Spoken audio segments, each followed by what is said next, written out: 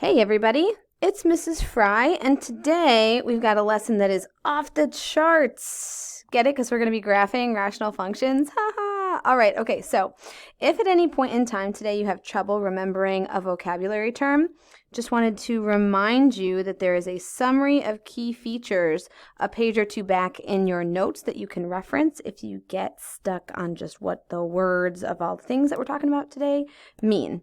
All right, with that, you should find rational functions video number 1 notes that talk about special cases. So what this means is that the lesson I'm going to be going through today is going to have functions where some special or unique circumstances happen.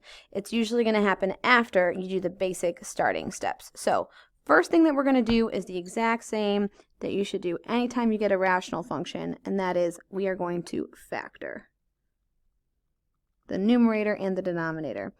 So I'm looking at the numerator, and it looks like f of x is just going to be x plus 2 in the numerator, but my denominator is a little difference of 2 squares, so it's going to be x plus 2 and x minus 2. And this is where the first sort of special case situation is going to come up, because we have the same factor in the top and bottom of our rational function. And what that means is that factor can be eliminated because x plus 2 over x plus 2 is really just 1. Right? That's just the fraction 1 over 1. So we end up with f of x equals 1 over x minus 2. Now, because we removed this factor, this was removed, this gets a new name, okay? So this is x plus, we removed the factor x plus 2. This is going to be something we call a removable discontinuity. So a factor removed from the equation or the function. And because of that, it's also called a whole, and I'll explain why in a second.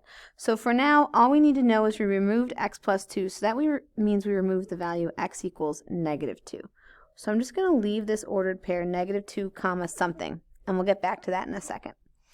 What we have left, this factor x minus 2, anything in our denominator helps us find our vertical asymptotes, so that is going to be our vertical asymptote at x equals positive 2, because we set that factor equal to 0, so we get 2. So we have a vertical asymptote at x equals 2. I'm going to draw that in here.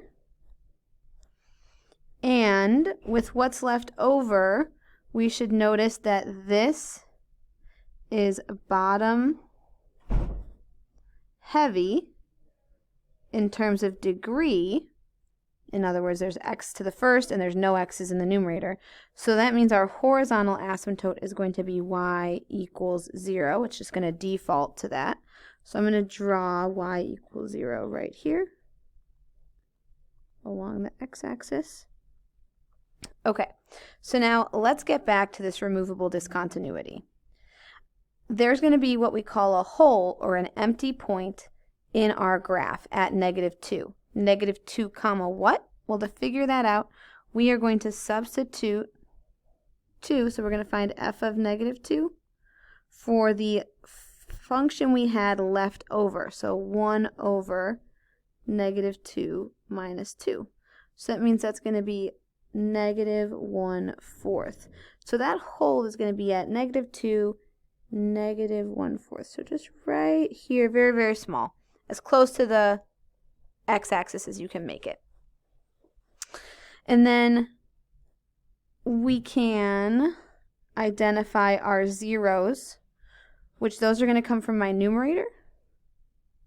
And since there's nothing left in our numerator, it looks like there are none of those. And then our y-intercept, remember that our function right now is f of x equals 1 over x minus 2. So we're going to substitute in 0 into that function. So this is going to become 0. And it looks like we're going to have negative 1/2 as our y-intercept.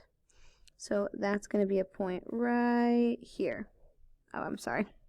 That should be filled in because that really is a point that does exist.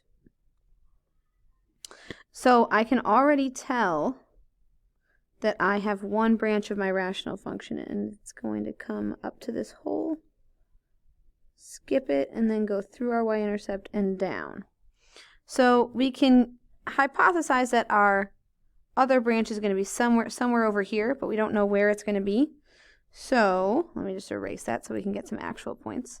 So to find the rest of those points, I'm just going to plug in, again, we've got f of x equals 1 over x minus 2.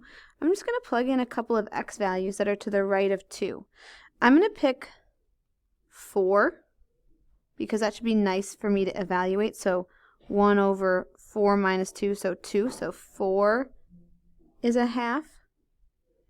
And I'm going to try 6. 1 over 4, so that's going to be a fourth, so it's going to be even smaller. So it looks like I've got my other branch of my rational function right here. All right. At this point, we've got the graph complete. Now we have to answer a couple of other questions. So our domain, remember, that's all of our x values. So our graph looks like it goes left, so negative infinity. Then it has this hole right here. So negative 2 is a break, and then union with negative 2 up until my asymptote at 2, and then union with 2 to infinity because my graph goes on forever. So if you notice, essentially what we did was we had to exclude the vertical asymptotes and the removable discontinuity when we found our domain. Ooh, that's weird that that just randomly kind of jumped around there. All right. And then our end behavior is always going to be formatted as x approaches infinity, x approaches negative infinity, and then you fill in the last little bit. Where is y going? And it would look like, as we go to the right, so infinity, x is going to approach 0. And as we go to the left, same thing. And if you notice, that matches up with our horizontal asymptote. That is going to help you determine your end behavior. All right, so hopefully all of those little pieces fit together and make sense. So just as like a little reminder, an additional note, so removable discontinuity. They are points or holes graphed as empty points from factors removed. Divided out is another way to explain that. Of the function. And why are they a hole? Well, they're a hole because if you plug that number back in, like in this example that we're looking at, f of x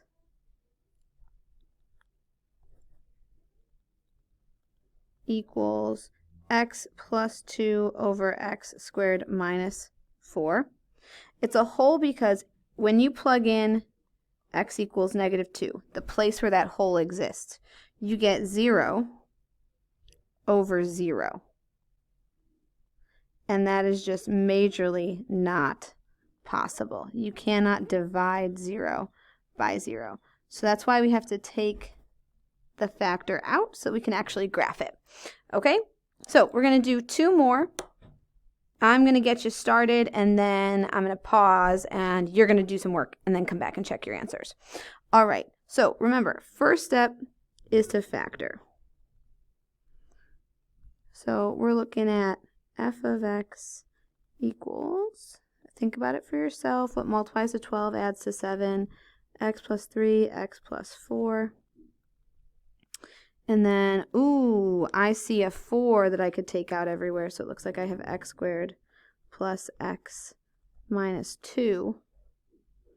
So it looks like I'm going to have f of x equals x plus 3, x plus 4, and then 4 over x plus 2, x minus 1. So I'm not going to have a removable discontinuity in this because none of my factors are going to cancel. So I want you to start graphing this and check back in a couple of minutes when so pause the video, and then when you feel like you've gotten as far as you can, unpause and see how much of your work hopefully matches up with mine. All right, folks, so as you're checking your work, I tried to color code things a little bit. So for example, the vertical asymptotes coming from the denominator, I circled that section in green. Those then translate into your domain. Your horizontal asymptote, I actually looked back at the original function because we had an equal degree, so we take the ratio. That leads into your end behavior. Then back we go to the numerator of the factored function, and that's going to tell us where our zeros are located. It didn't seem, and maybe I just cut this off, but the y-intercept, that's going to be important in your graphing. So that comes from, the y-intercept is going to come from these last two numbers right here.